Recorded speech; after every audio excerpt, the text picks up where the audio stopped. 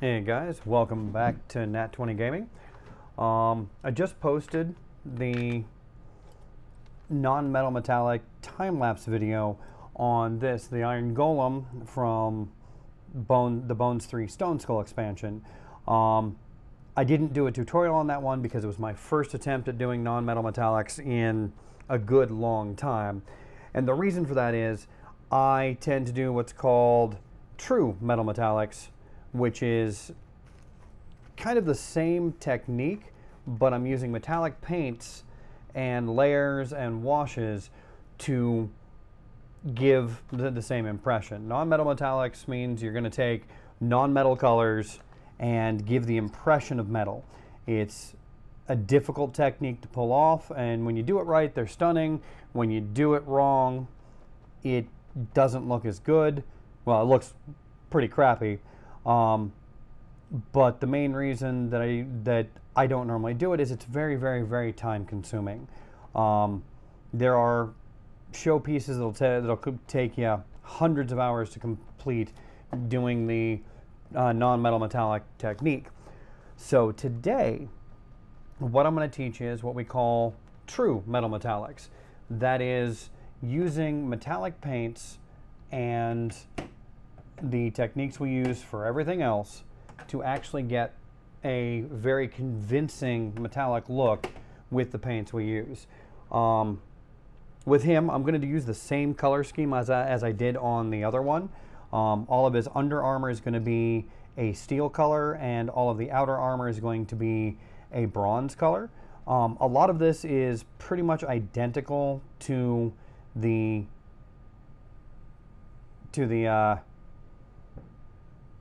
burnished metal tutorial I did, but we're going to do a lot more with it to give those impressions. So the first step that you're going to want to do is you're going to want to mix up some paint.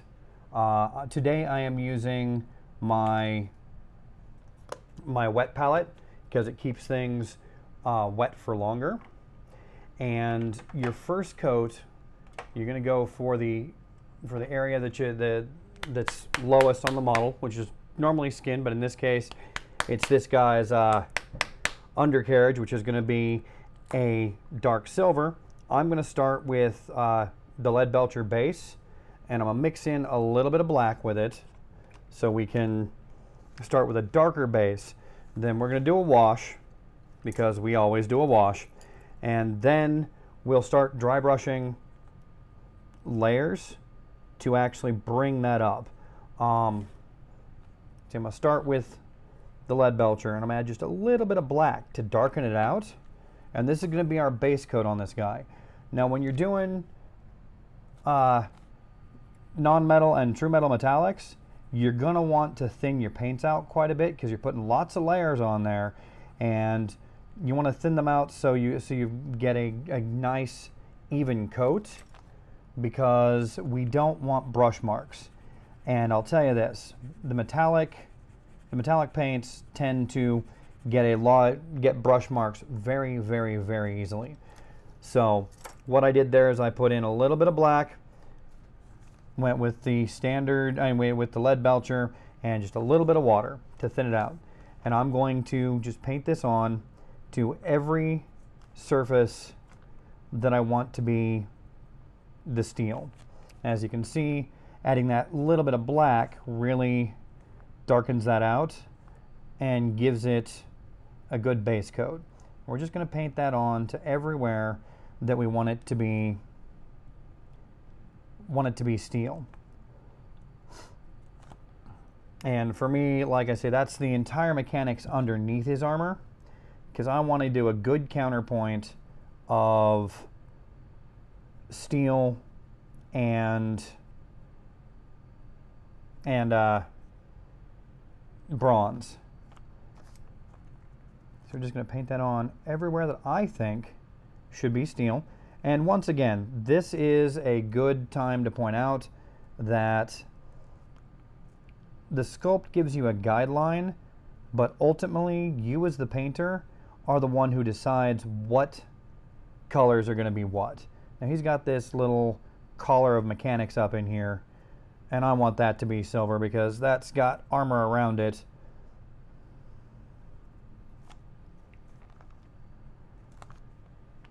But if you've got a model that you feel a section that is pants, you want it to be leg, paint it up. Paint it up the way you want it to.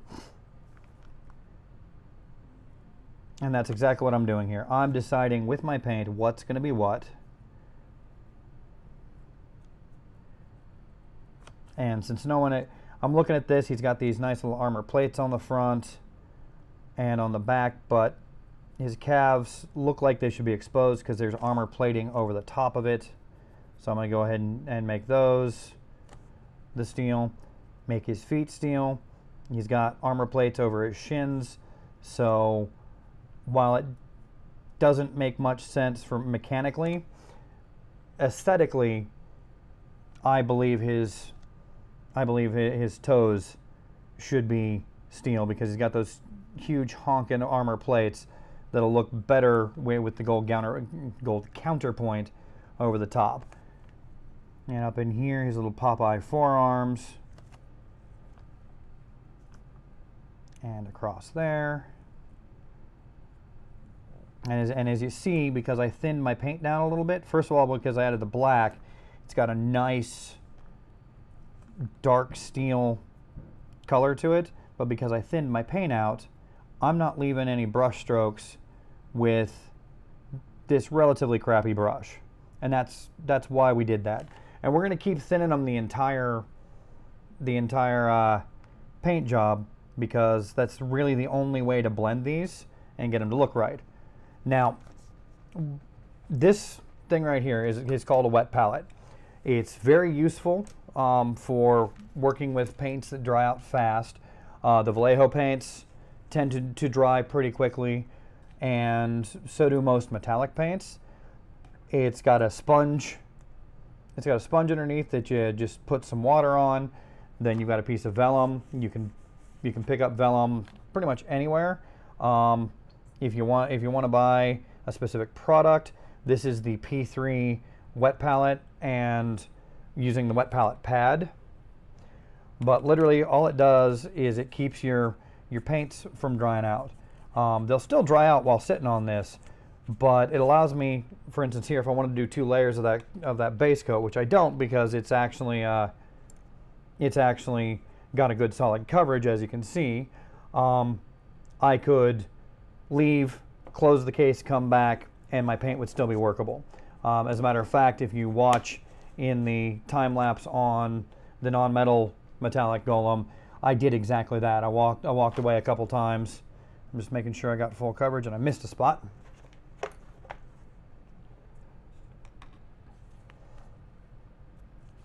And it allows you to just come back and work on it some more. Now, remember how I say you need to make sure your brush is dry? That's especially true when working with metallics, because a drop of water will spread that metal flake like nobody's business.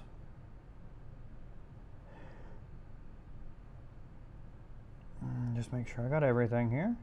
And I'm gonna let this dry, and I'll come back in a couple minutes and we'll continue on. Okay, well, as you can see, that undercoat is dry. I've got a nice smooth coat of that black mixed with lead belcher. With lead belcher, the Citadel base. The next step we're going to do is we're going to mix up a black wash. And we want to coat all of that with the black wash. This is mainly so our lowlights and shadows get covered, and it'll give the piece some depth. We're going to mix up the wash the same way we do every other wash. The easiest way to describe the consistency we want for our wash is almost milky. We want it to be runny but not watery. And the way I explain that is mixing a couple drops of water, and once you get smooth, thin enough that you can see through it, and you tilt your palette, it doesn't want to run past the edge, the edge of where it is. You can also do that on the wet palette. You just put some out, mix some water in, and you can get a better visual on that. But if you don't have a wet palette, this is the best way to do it. And by the way, these palettes, which I have a large stack of and some over there that need to be cleaned, you can pick them up at your local craft store. I got these at Michael's, 99 cents for 6. They're very useful. I recommend these over the round ones because you can stack them up and move them aside when they're full. But then you're just going to take this. You're going to take this black wash and you're going to apply it to every place we want it to be silver, and it's going to sink down into those lowlights. And the reason we want the consistency that I told you about is we want to be able to control it. If it's any more watery than this, you won't be able to control where it goes, and that'll end up ruining most pieces. On this one, it won't matter that much, but on a lot of pieces that can be pretty problematic. Now, as I've always stated, since this is the lowest layer, you don't need to worry about being precise at all, because we're going to paint over everything else. And what we're doing is we're just applying this to everything. Now, you could go ahead and use the Citadel Shades Null and Oil. I'm not going to recommend it for this specific piece because this one is a golem. It's a magical construct and not a machine. Null and Oil is black, but it has a faint undertone of brown to it to give the impression of dirty oil, and that's not really what we're going for. That's why I mixed up a black for this. I'm going to go into time lapse and finish this out, and then we'll let it dry, and I'll come back for the next section.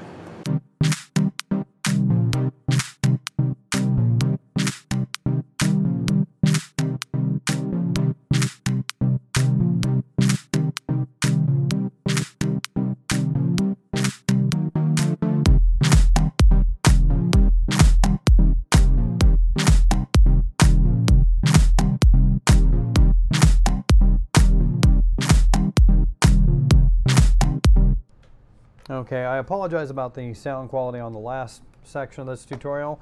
I didn't get my audio recorder started. It's running this time, so we're good. Now, the next step, as you can see, we've got a nice burnished silver going there. The next step we're going to do is to actually dry brush, well, kind of dry brush. We're going to take the wet paint we were using earlier, and we're going to wipe most of it off. And we're going to hit the parts. This part, you want to decide where your light source is going to be.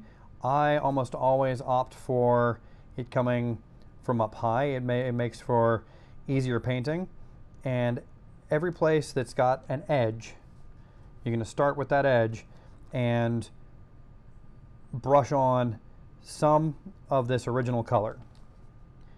And you want the stuff that's up facing that point, and it would catch the light. And in this step, since we're just going with the original color, you don't want to get it down in the cracks. You just want to get the high points, but it's to emphasize these the shape of the figure. And you're not going to see much of a change at this point in time, and that's absolutely fine. What we're trying to do is build up layers to make it look very realistic. Now, I just did the sections on the back there.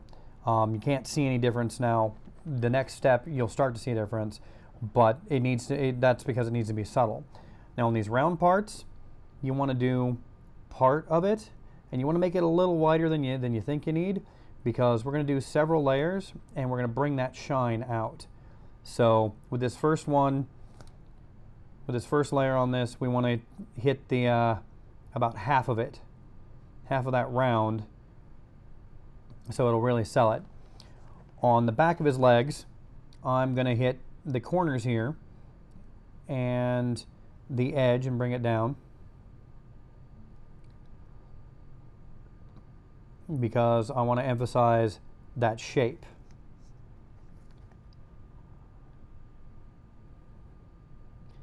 And like I say, this part of it we're going to bring out a little farther than we normally would.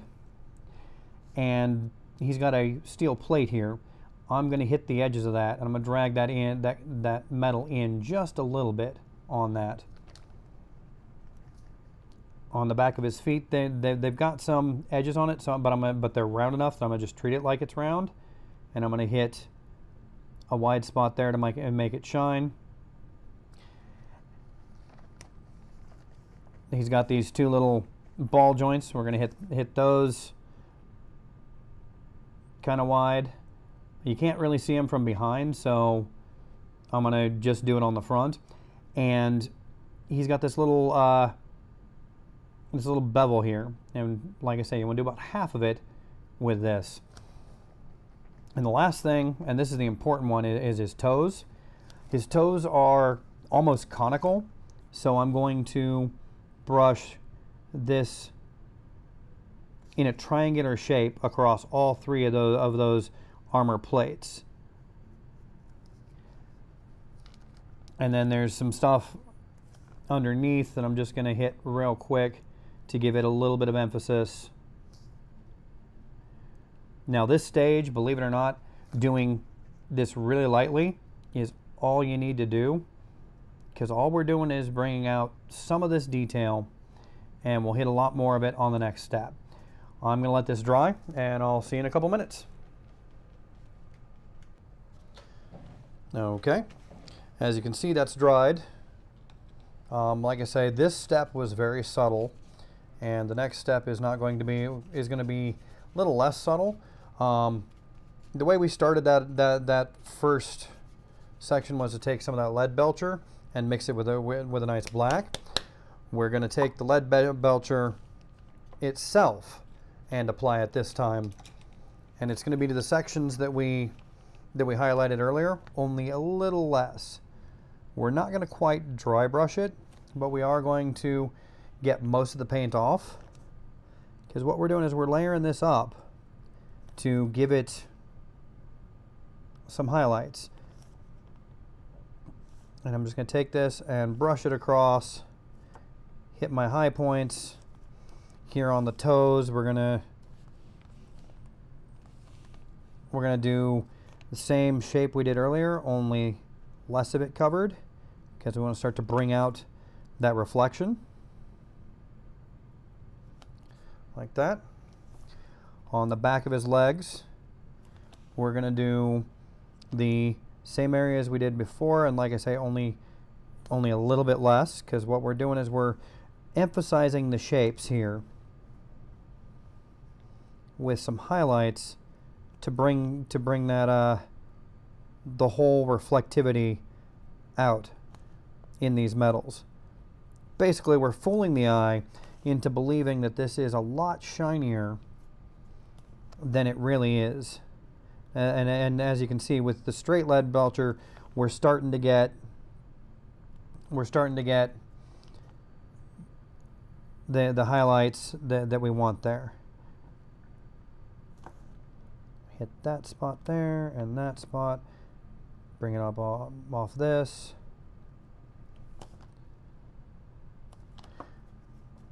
And this is the same technique you really should use for pretty much all your minis to bring out your highlights and give it some form. Hit the ball on that, hit those just a little bit. And then we're going to hit those arms a tiny bit. And remember how I told you on the rounder surfaces to get about half of the round surface to bring that out? Now we're doing half of what we did before, if that makes any sense.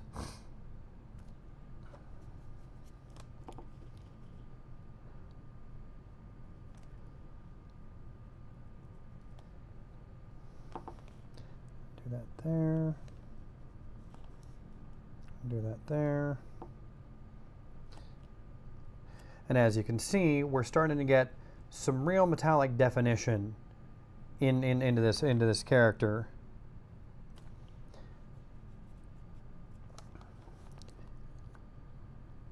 A little bit in there.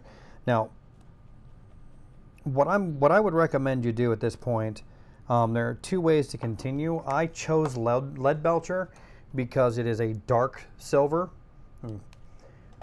and I've got the P3, what is that one called? Cold steel, and I've also got, I have Vallejo paints as well. For this next part, I'm actually going to recommend colors like this, which you can actually mix up yourself, and I'll show you how here in a second. But I've got the lead belcher, Vallejo's natural steel, and Vallejo's silver. I'm going to use these to finish out the figure, but I'm going to show you a little trick here. Take a little bit of my lead belcher,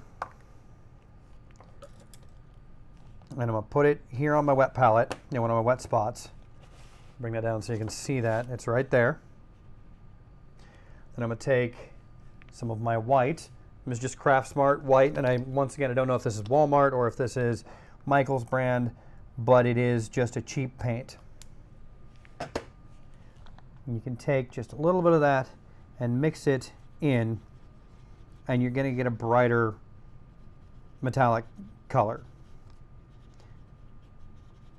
And yes, the white shows through a little bit more there. I mixed that a little heavy. But you can mix it, get a lighter silver color like that. And when you get to your highest highlight level, you can then turn around and mix it with the white. You'll lose a little bit of your metal flake, but then you can just delicately dry brush just a little bit of it to recover your metallics. However, since I have these two other colors, I'm going to skip that for this tutorial. I'm going to be lazy. We'll have some tutorials coming from George Sabo in our Sage Advice with Sabo segment on how to mix your colors, so you can work from there. So for right now, I'm just going to use my brighter metallics. What I've got there is I've just put in my natural steel, dip the brush, get most of it off, and I'm going to go back over the same spots I just did very lightly.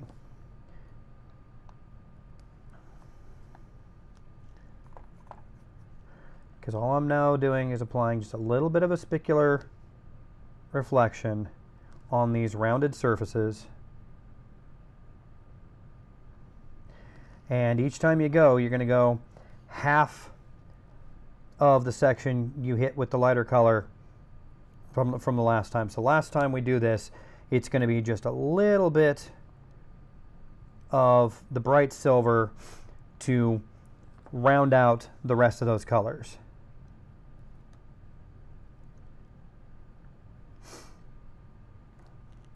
Now, I want you to know, don't do this with one of your best brushes, because you're going to find that this is going to destroy that brush pretty well. And it can be recovered afterwards using a brush shaper and cleaner, but it's going to cause that brush to fray quite a bit. And I'm just hitting all of those spots that I've been hitting over and over and over. And it's going to bring that out and add some dimensionality to it, even though it's a three-dimensional thing. And what I was saying earlier about the fact that I prefer true metal metallics versus non-metal metallics is this catches the light in a way that non-metal metallics will never do. This gives an emphasis and a beauty to the figure that I think is honestly better than doing the non-metal metallics, and it goes a lot faster. As you can see, I'm able to work with this pretty quickly, and it's the same technique that you do with shading almost every other color. I'm just using metallics instead of non-metals. And you can see that is really starting to stand out there. So I'm going to rinse my brush. I'm going to go with the silver. And this last part, I recommend going to a finer brush because you're just doing highlights. And since this is the undercoat, these highlights will not really be terribly obvious. But you take just a little bit of paint and you brush it on in the parts that are going to be the most highly reflective of what you're doing. Basically, the very center of what we've been working on, emphasizing and bringing out, gets the bright silver. And it goes pretty quick.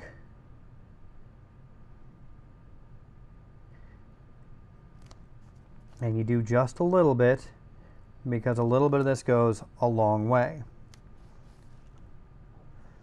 The key to this is to have enough on your brush to do what you need it to, but don't have any extra, because you're going to do what I just did there and leave a bright streak, and that's not what you want to do.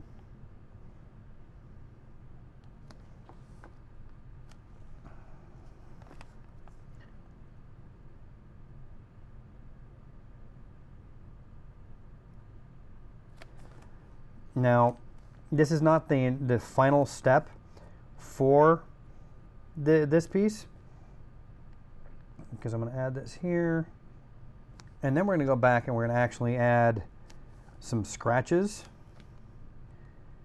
and those will always have a less burnished look to them, so we're always going to do it with our brightest color here.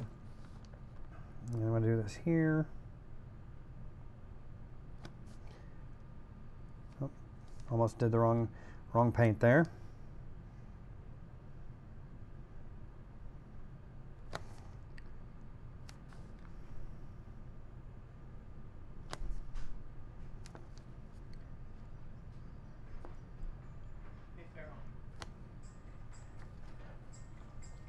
It's okay. You're not recording audio? I am. Okay, then I will ask you this question later. Yep. And see, I'm just hitting those spots right there.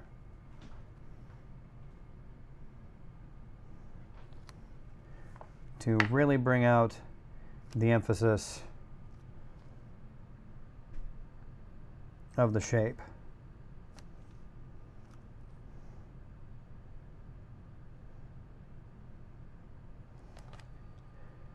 And lastly, we're going to do his little toesies. Now, I'm probably not going to do any scratches in the silver here, because this section is low enough, aka it's deeper into the model, so I don't think most of that would be scratched up.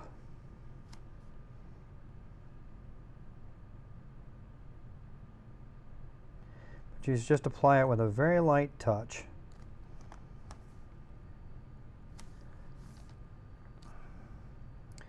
And the very deepest parts of the model don't get any of this silver on it at all. Like down there in his cowl, I'm not going to put any, because that's just silly. And what we've got there is some realistic looking steel. I'm going to take it one step further, because I think that it needs a little bit more depth on it. So I'm going to take, this is an English navy, it's just dark navy blue. I'm picking this specific color because it thins out easily and nicely. Not all of them, but this specific brand. I'm going to take it, I'm going to make a glaze. We haven't gotten to glazes yet, but if you take a look there, a glaze is just a smattering of color with quite a bit of water in it, and that's more of a wash. So I'm going to add a little bit more water there. And I'm going to brush that over some of the higher points. It's going to be subtle, not terribly noticeable, but totally worth it.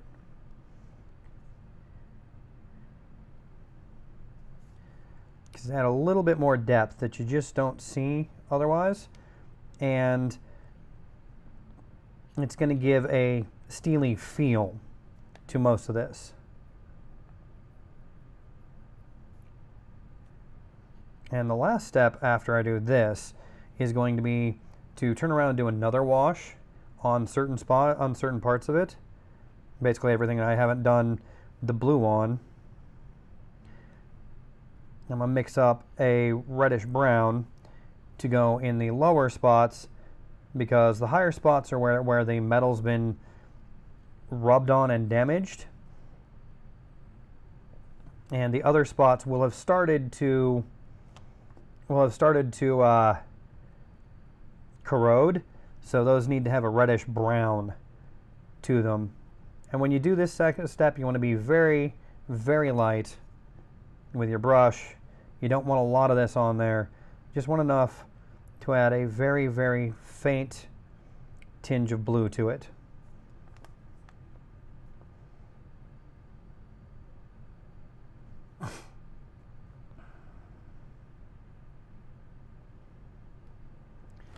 Okay, and now I'm going to take and mix up my reddish brown, and the way I'm going to do that is I'm going to take just a little bit of Mephiston red. When I say a little, a teeny itty bitty bit, because red is a very strong color. It likes to enforce its opinion very well. Put it right there. Make sure that's closed.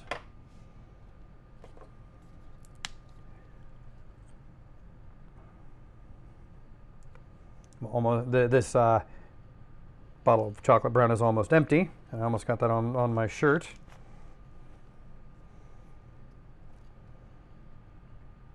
Put a little bit there, and we're going to mix that in until we get a almost rust color, because that is exactly what we're looking for. So a little bit more brown. There we go. And then we're going to do the exact same thing we did with that blue. I'm going to take it and I'm going to make a glaze out of it.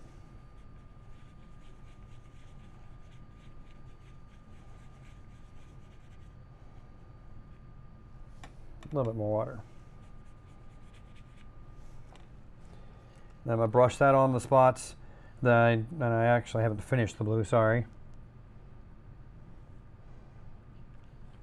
And brush that on the spots that I didn't hit with the blue. And that was a little too much there.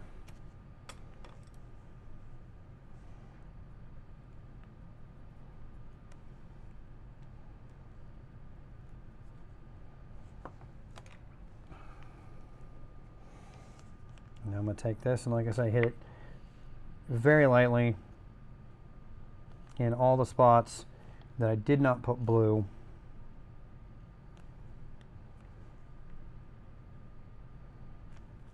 To help tone out this paint a little bit.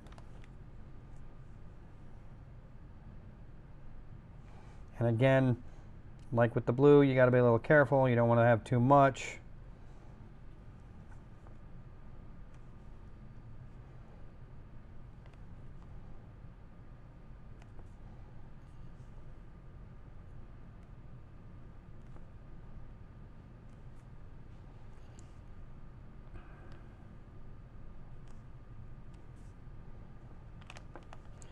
And on the toes, that's pretty much just to the sides there,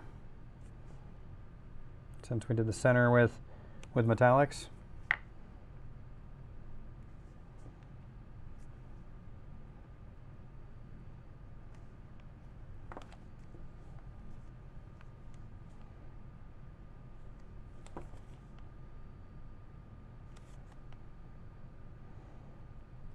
And if you're asking yourself, did I put too much of the reddish brown? Then the answer is yes. This is very subtle,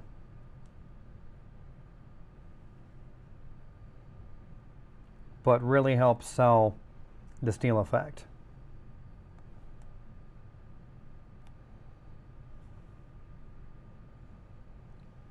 And that is the first half of the Iron Golem done. Come back in a couple minutes and I'll base coat with the gold and we'll go from there.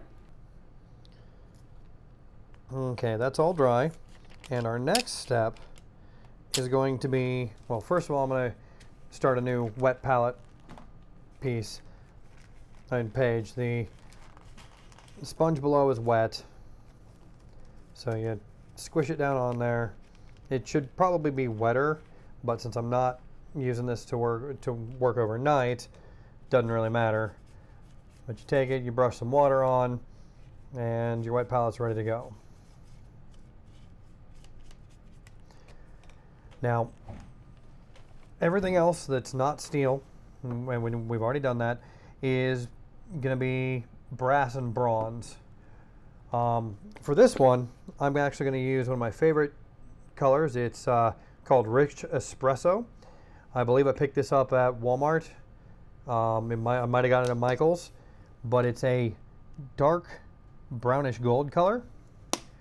But I want it to be darker since this is my base coat, so I'm going to add a little bit of black. And we're going to do that the same way we've done everything else. Take my brush, pick up a little bit of black, mix it in with my gold. And that gives you a nice burnished golden color to start with. I added a little bit of water with the brush. That way we get smooth coats. And you're going to use a finer brush to get your edges. But the whole point is to get everything that's not silver and paint it with this bronzy gold. And I'll do this in time lapse, and I'll be back in a couple minutes.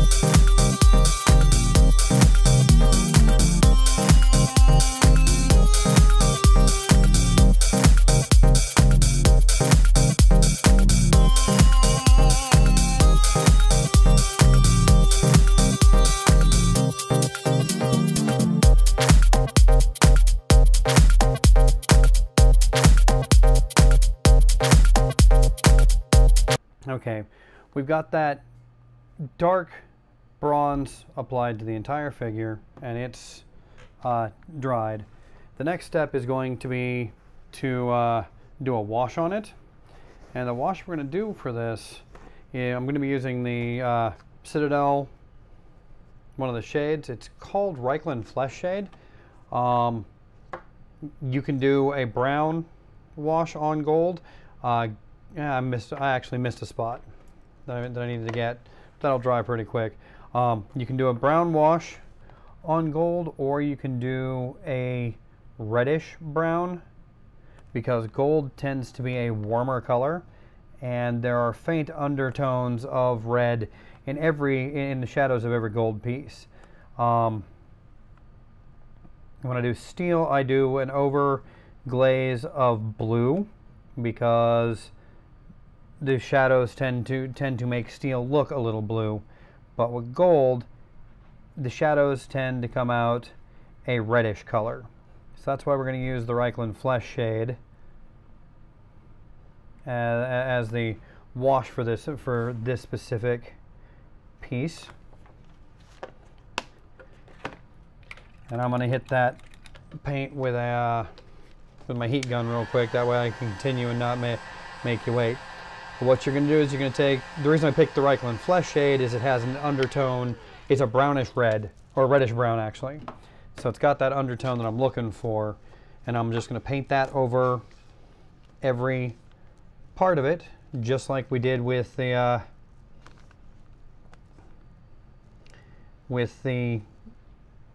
my brain does not want to work, like we did with the steel and the black wash. As you can see, that is adding that reddish tone that we want to the base color of the gold. And that's exactly why we're doing this color. Additionally, it's going to sink down into those cracks and give it some depth. And I just wiped it on my silver there. And we're going to paint every piece that we just did in that gold with this color.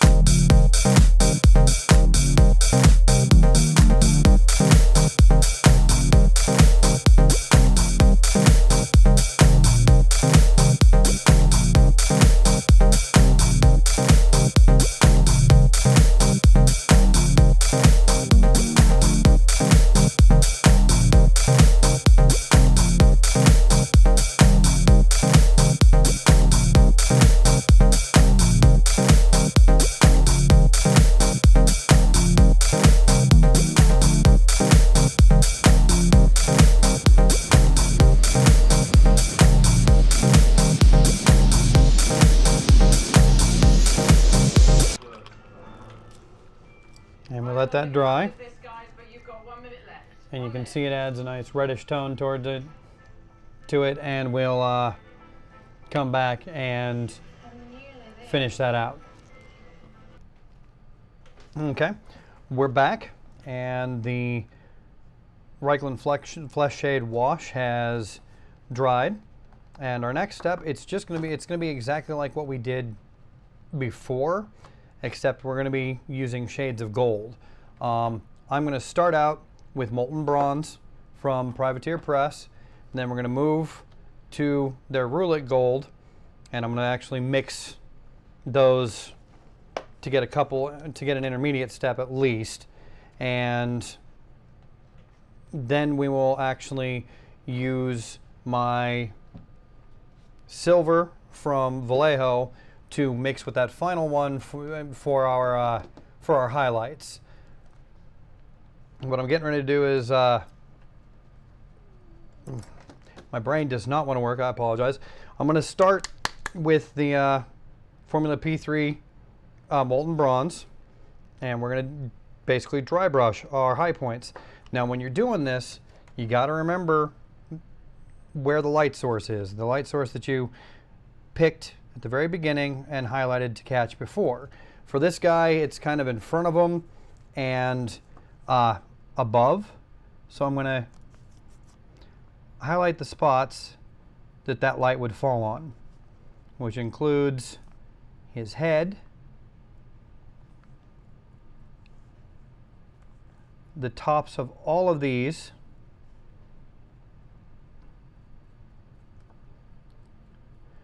and this, like I say, this section goes pretty fast. It's also going to be on his back here.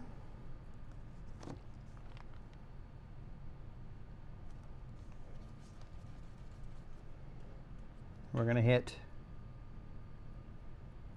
this, and this stage of the highlighting, you're going to go a little heavy because, like we did the last time, we're actually going to be bringing more and more and more highlighting in. So you really want to get a good base coat of this highlight to bring out the colors. That means you want to hit all of your high points, all of your edges with this color. And then, since it's going to be up and above, I'm going to do like I did on the other round points and highlight a whole section to help bring out the reflections on that round section. In here, we're going to do the same thing. And you remember, you're going to start a little big, and we're going to work our way to smaller and smaller sections to help really bring out the shape of the model. And I'll make sure I hit his knuckles, because those are important. Come over here and hit that edge again and get that right in there. And already you can start to see that lighting scheme start to come out. Oops. And down here on his legs, we're going to hit just at the edges here. Since it's not quite corners, but it is going to be stuff that has a highlight. And on this concave surface here, I'm going to hit it kind of wide, because we're going to give that a pretty good highlight later.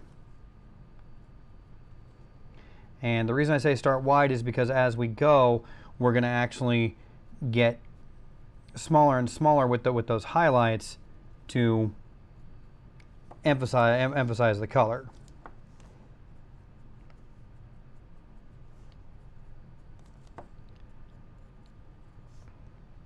And if you take a look, he's already starting to look pretty darn sharp.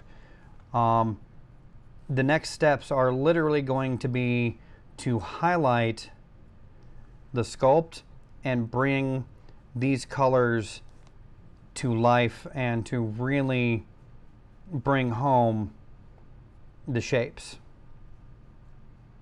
Oh, and I missed some on the back.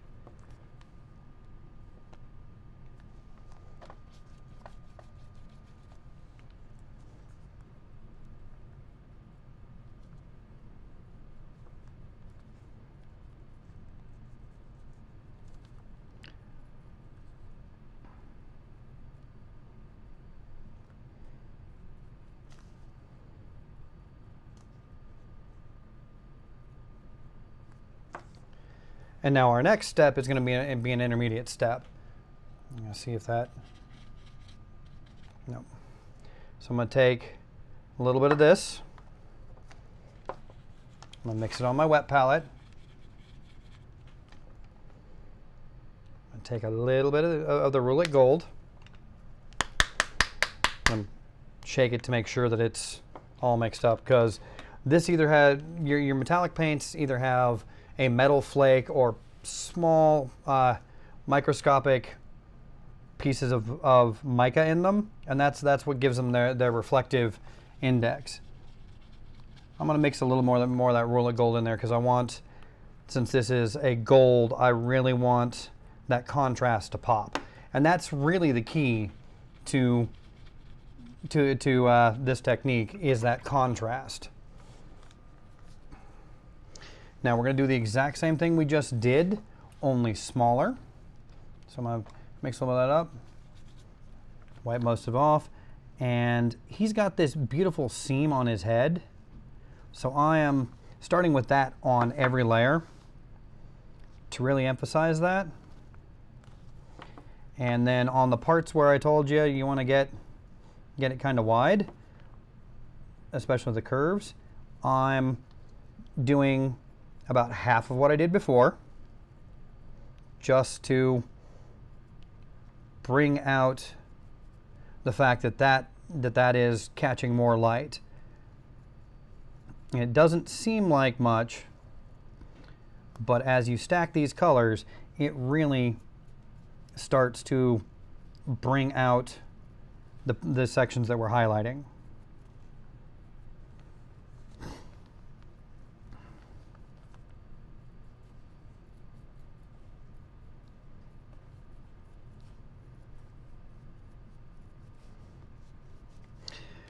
Unlike other painting techniques, this specific one, you really have to have an idea of what you want to do with it before you get started, because you have to focus on certain areas, and if you don't really know what you want to stand out, it's going to be really hard to give it that focus. And there's that step.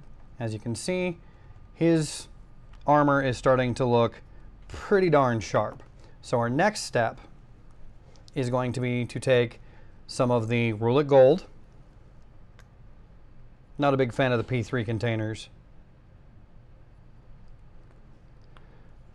Now we're going to lay that down, add just a touch of water to thin it out just a little bit, and then put a drop, like half a drop of the silver in there, and we'll mix those together.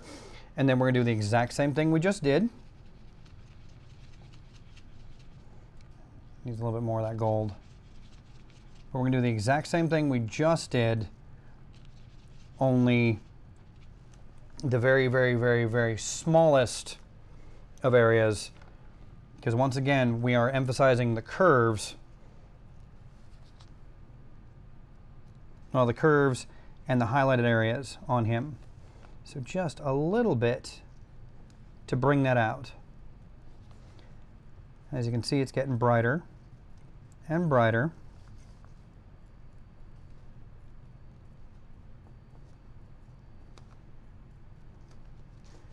Do a little bit in there and a little bit in there. Hit these surfaces. And this is just really just hitting those highlights that I told you you wanted to do half of what you wanted. It's to really bring out that shape and finish out this gold. But along these parts where I just did the curves, I'm dragging it across the edges there to give it highlights, to make it really, really stand out.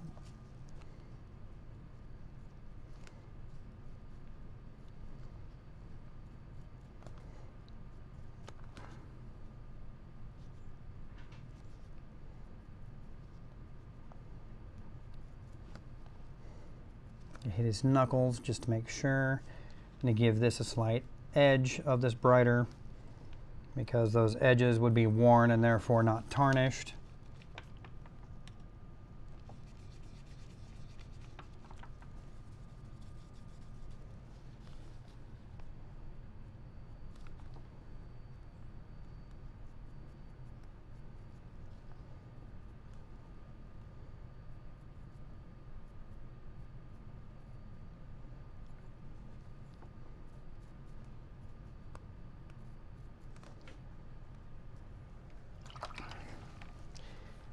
And for our final step, we're going to mix up a little bit more.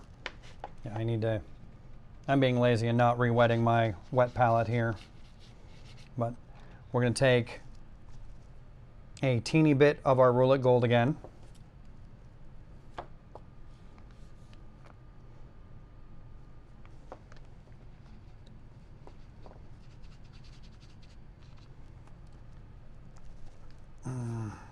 Got too much water on my wet palette, so I'm going to actually do that again.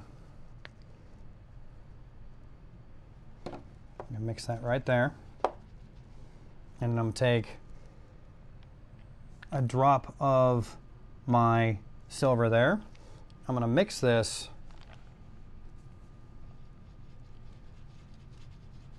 till it's almost silver, but not quite. It's almost like a pearlescent, opalescent copper. And what we're going to do with that is we're going to take our fine liner and we're going to pick areas that would be very bright. So I'm going to hit that seam there a little bit here, just a little bit there to give it some specularity. A little bit there.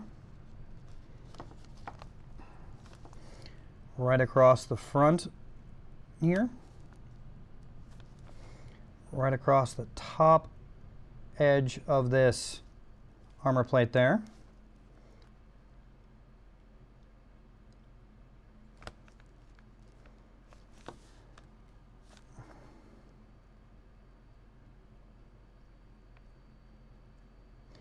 Now, I'm doing it on all of these armor plates.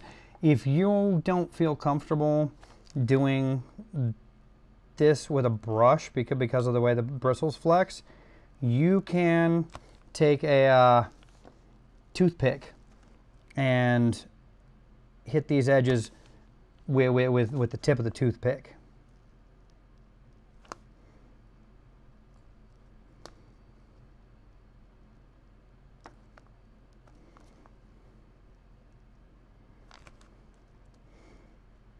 And I'm literally just hitting the edges to emphasize what we're seeing here and to help round out that reflective quality we've been trying to foster.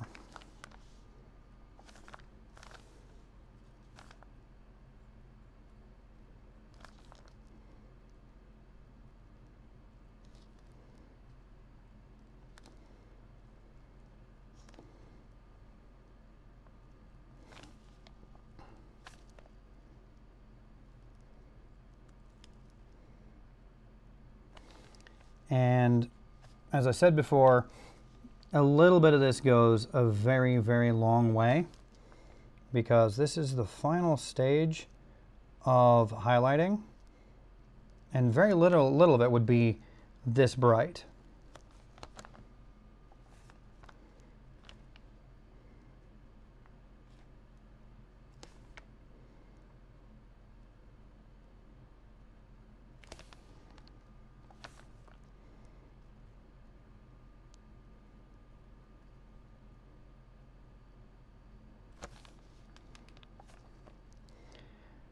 And I personally feel that this technique, True Metal Metallics, I personally feel that it's far superior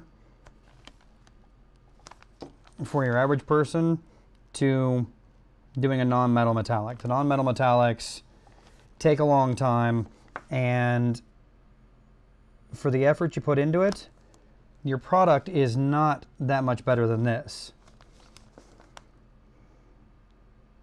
Now, ask me if I'm going into a high-paying competition, if I would enter something like this. No, I would do a non-metal metallic any day for that.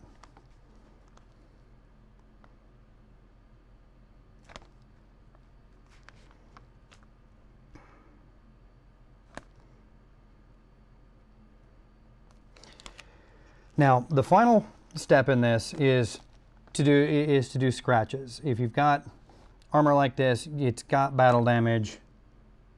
So I'm literally just going to add a couple scratches with brush strokes here and there to help sell the effect.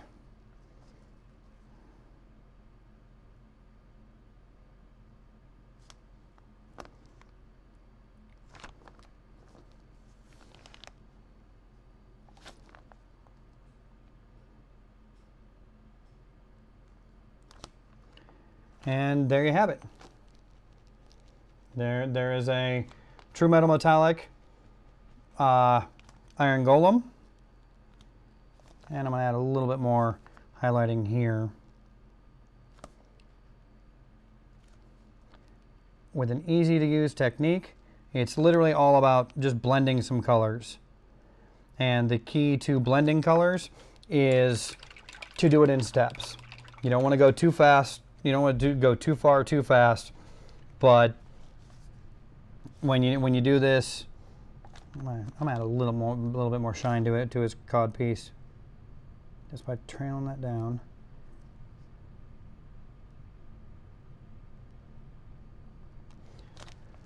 But just like any really good paint job, it's all about taking your steps and not making your jumps in color too quick, because too much contrast and it literally ruins the whole effect. So you want to go up in gentle, slow steps. But there he is.